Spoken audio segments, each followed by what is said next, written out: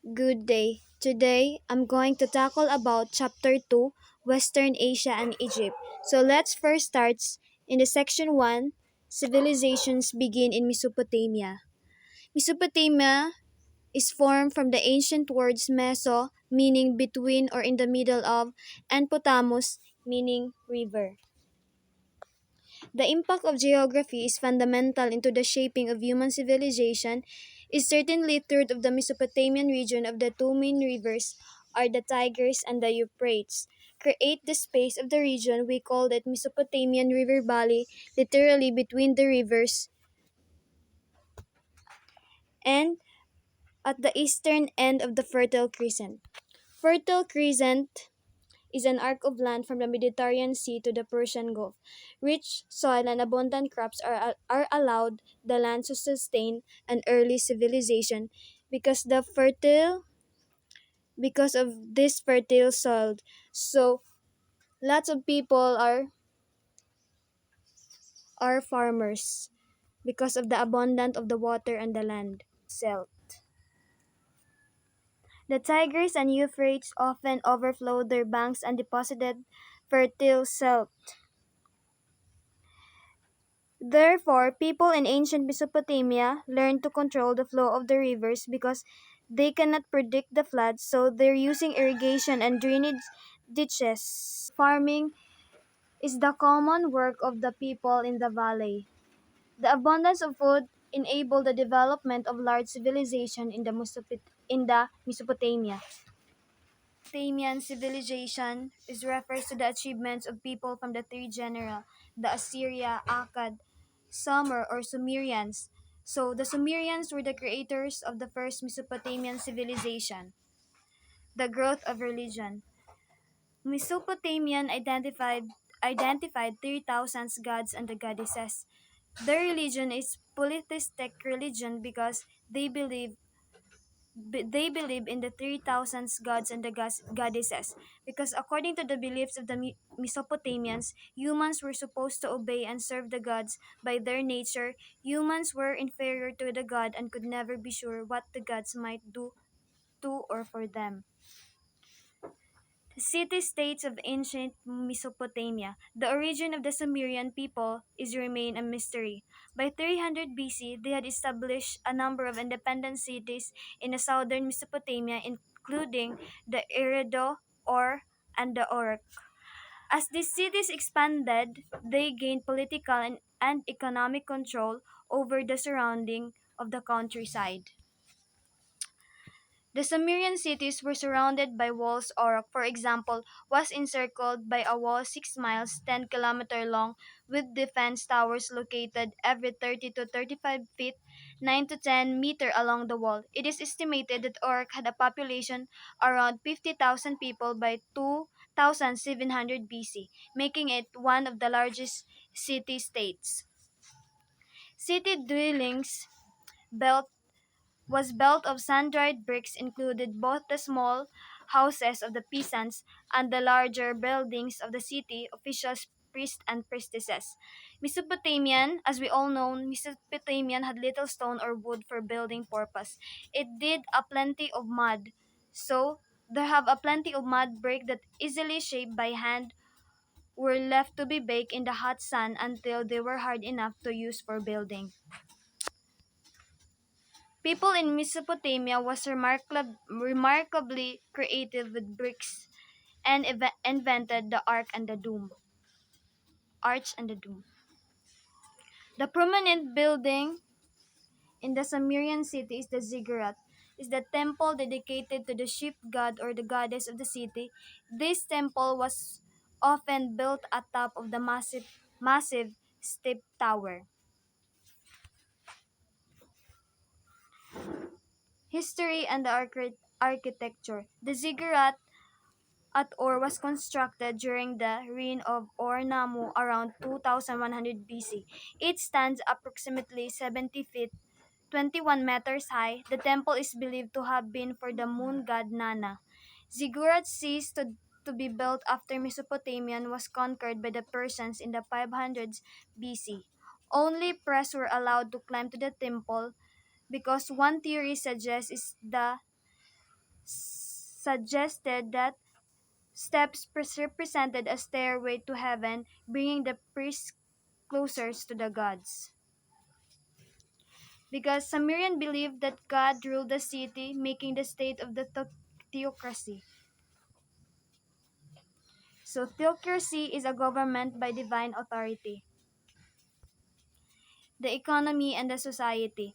Trade and industry became important as well. The peoples of Mesopotamia made woolen textiles and pottery, but they were particularly well known for their metal work, the copper, gold, and the silver. The Sumerians also imported copper, tin, and timber in exchange for dried fish, wool, barley, wheat, and metal goods. The invention of wheel around 3000 BC led to wheeled carts which made the transport of goods much easier. So the Sumerians also made outstanding achievements in math. They devised a number system based on 60. They used geometry to measure fields and to erect buildings. In astronomy, the Sumerians charted the heavenly constellations. A quick glance at your watch and its division of an hour into 60 minutes should remind you of our debt to the Sumerians. So the Sumerian city-state contained three major social groups: the nobles, the commoners, and the slaves. Nobles included royal and priestly officials and their families. Com- commoners Commoners worked for a palace and temple estates and as farmers, merchants, fishers, and craftspeople. Probably 90% or more people were farmers. Then slaves belonged to palace officials who used them most in building projects. Temple officials most often used female slaves to weave cloth and grind grain. Rich landowners also used slaves to farm their lands. The creativity of the Sumerians. Around 3000 BC, the Sumerians created a cuneiform with ship system of writing. Using a red stylus, a tool for writing, they made with shape impression on clay tablets which were then baked or dried in the sun. Once dried, these tablets lasted a very long time. Several 100,000 tablets have been valuable sources of information, record keeping that also used in schools to train scribes, members to learn and serve as copyists, teachers, and the jurists. So, writing was important because it allowed a society to keep record and pass along knowledge from person to person and generation to generation that possible to people to communicate ideas in new ways. So the scribal students spent most of their school days following the same routine. They copied and recopied stand works on clay tables and then recited from them. Although boring, this was probably the scribe's only way of learning how to form the cuneiform writing signs neatly and correctly.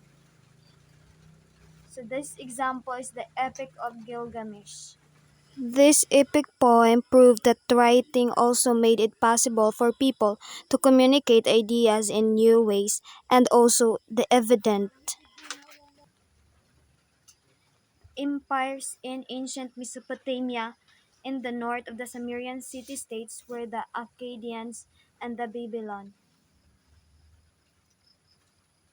The Akkadians spoke a Semitic language around 2340 BC.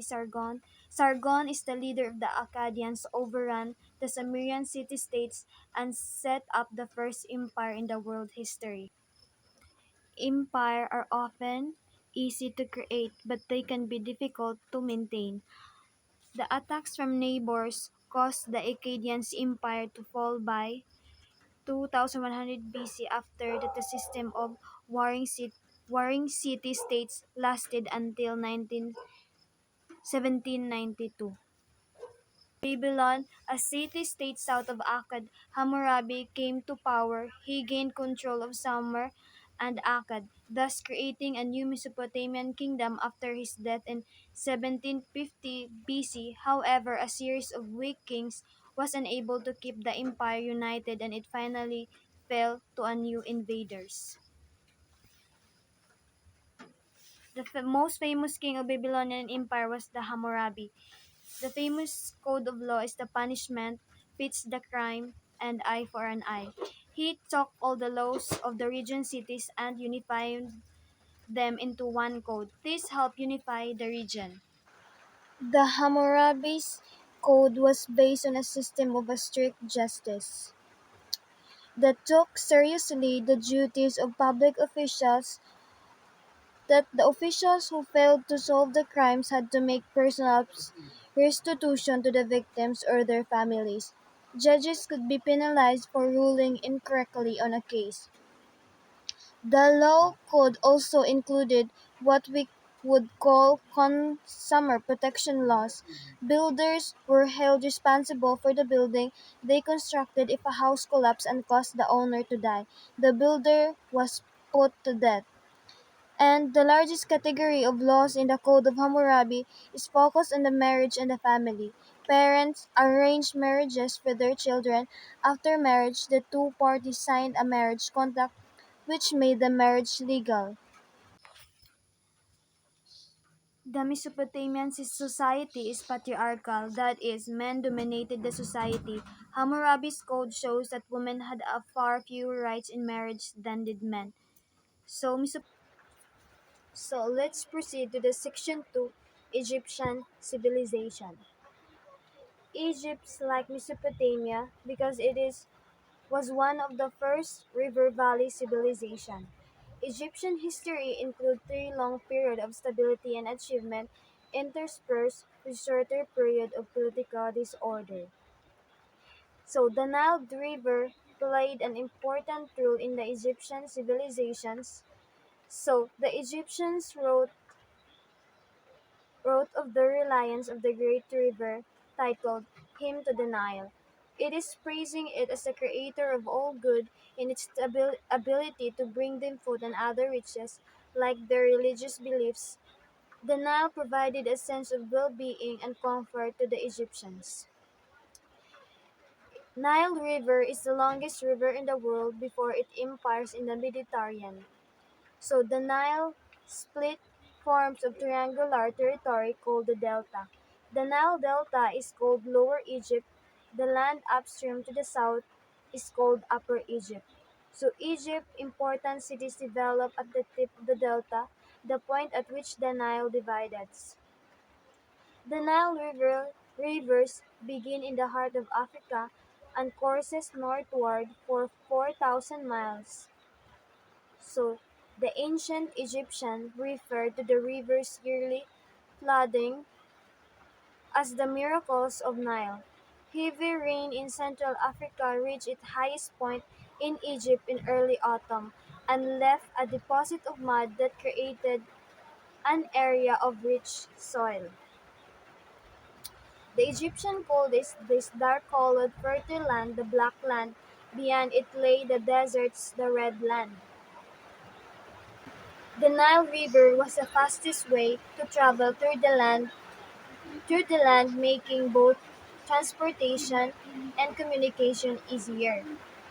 North wind pushed sailboats south and the Nile's current carried the north, unlike Mesopotamia, which was subject to constant invasion because of the flat form of it. So the Egypt was blessed by the natural barriers that gave protection it from invasion and a sense of security. Barriers includes the desert to the west and east, Red Sea to the east, the cataracts or rapid and southern part of the Nile. The growth of religion. They had no world for religion. For them, religious ideas represented an inseparable part of the entire world order. So, the religion of the Egyptians is polytheistic because they had a number of gods associated with the heavenly body and natural forces. There are two groups, the sun gods and land gods, including river gods came who have special significance in view of the importance of the sun and the fertile land along the Nile to the Egypt's well-being. The sun is the source of life was worthy of worship. The sun god took on different forms and names based on his rule. The Egyptian ruler took the title the Son of Ra. So, river and land gods included Osiris and Isis. It is a famous myth told of the struggle between Osiris, who brought civilization to Egypt, and his evil brother Set. So, when Set cut Osiris' body into pieces and tossed into the Nile, the Osiris' wife found the pieces of the body of Osiris and with the help of the goddesses, Osiris back to life. So the Egyptians hope to gain new life after death is identifying with the Osiris. So Osiris is a symbol of resurrection of rebirth. The dead were placed in the tombs. The flooding of the Nile and the new life that it brought to Egypt were symbolized by Isis bringing all of Osiris' part together each spring in the festival of the new land. The three The Egyptian kingdoms divided into the three major periods: the Old Kingdom, Middle Kingdom, and the New Kingdom. These were periods of long-term stability marked by strong leadership, freedom from invasion, great building projects, and rich cultural activity. In between were the intermediate periods, times of political disorder and invasion. So King Menes united Upper and Lower Egypt into a single kingdom and created the first royal dynasty.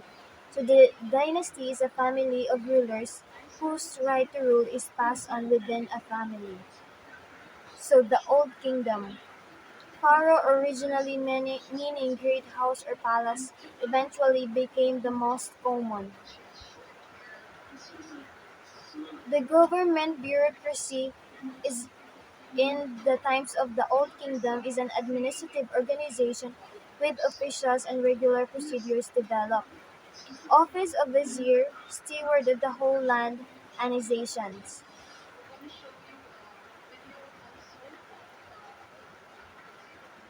They believe that there are two bodies, a physical one and a spiritual one, which they call the Ka. If the physical body was properly preserved and the tomb furnished with all the various objects of regular life, the ka could return. Surrounded by the earthly comforts, the spiritual ka could then continue its life despite the death of the physical body. Mummification. During the Old Kingdom, it is the process of slowly drying a dead body to prevent it from rotting. This process took place in workshops run by priests primarily for the wealthy families who could only afford it only.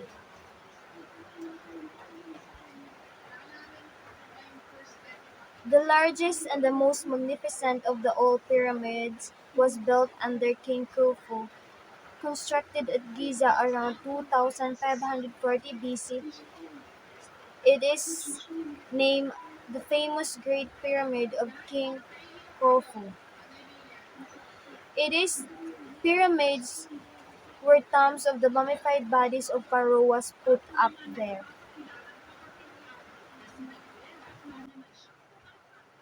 The Middle Kingdom. The Middle Kingdom is called as the Golden Age. It is the expansion of the empire captured Nubian to the south and what is today the Syria. Tribute had to be given to Egypt. Within Egypt, farmland was expanded to increase the surplus. Pharaohs added dams and more irrigation. A canal was built between the Nile and the Red Sea, increased trade. Pharaohs of the Middle Kingdom undertook a number of a helpful project to the Egyptians. The New Kingdom. So the Middle Kingdom came to an end around 1650 1650 BC with the invasion of Egypt by a group of people from Western Asia known as the Hyksos. Hyksos used horse-drawn war chariots to overwhelm the Egyptian soldiers who fought from donkey carts. So, from the Hyksos, the Egyptians learned to use bronze in making of their farming tools and their weapons. The Egyptians also mastered many of the military skills of the Hyksos, especially the use of horse-drawn war chariots. The dynasty of pharaohs used the new weapons to drive out the Hyksos and reunite Egypt. The new kingdom was established and lasted approximately from 1550 BC to 1070 BC. This reunification launched the Egyptians along a new militaristic path. During the period of the New Kingdom, Egypt created an empire and became the most powerful state in the Southwest Asia. So, Hatshepsut. It is one of the first women to become a pharaoh. Built a great temple at Dir el-Bahri near Thebes. Hatshepsut was succeeded by her nephew Thutmose III. He led 17 military campaigns into Syria and Palestine and even reached as far east as the Euphrates River. His forces occupied Palestine and Syria and moved westward into Libya. Magnificent new buildings and temples were constructed to show the greatness of the empire. Then Akhenaten. Akhenaten became best known to the modern scholars for the new religion he created the centered Aten. Then Tutankhamen. Akhenaten's actions in destroying the old gods meant to many Egyptians the destruction of Egypt itself. Akhenaten's changes were soon undone after his death by the boy Pharaoh Tutankhamen, who restored the old gods. The upheavals associated with Amenhotep's religious revolution led to a loss of the Egypt's empire. Ramses Ramses II, who reigned from 1279 BC to 1213 BC. The Egyptians went back on the offensive. They gained control of the Palestine but were unable to re-establish the borders of their earlier empire. New invasions in the 1200 BC by the Sea Peoples, as the Egyptians called them, drove the Egyptians back within their old frontiers and ended the Egyptian empire. The new kingdom itself collapsed in 1070 BC. Cleopatra VII. The Pharaoh Cleopatra VII tried to establish Egypt's independence. Her involvement with Rome to her defeat and suicide, and Egypt became a province in Rome's empire. So, the Egyptian society. The Egyptian society had a class structure of a various group of people. So, at the top was the ruling elite and the bottom was the unskilled worker or slaves. There were more people at the bottom than top, and so a diagram of the social groups would create a pyramid. Egypt's upper class was made up of the nobles, priests, and other wealthy merchants. The middle class were the people who owned businesses, while the lower class were those who did the physical labor. So, the daily life in the ancient Egypt. Ancient Egypt had a positive attitude toward daily life on earth. They married young at 12, girls at 12 and boys at 14 and established homes and families. Monogamy, it is a marriage to one person, was the general rule, but a husband could have additional wives if his first wife was childless. The husband was master in the house, but wives were very well respected. Wives were in charge of the household and the education of the children. From a book of wise saying came this advice. The writing and education. The writing and education in the Egyptian is the hieroglyphics. meaning first carvings or sacred writings. History and arts. Hieroglyphics. So this mural painting in Queen Nefertari's tomb contains hieroglyphs describing her life. Next to her crown is a cartop, an oval containing a royal name. The hieroglyphic system of writing, which used both pictures and more abstract form, was complex. Learning and practicing it took much time and skill.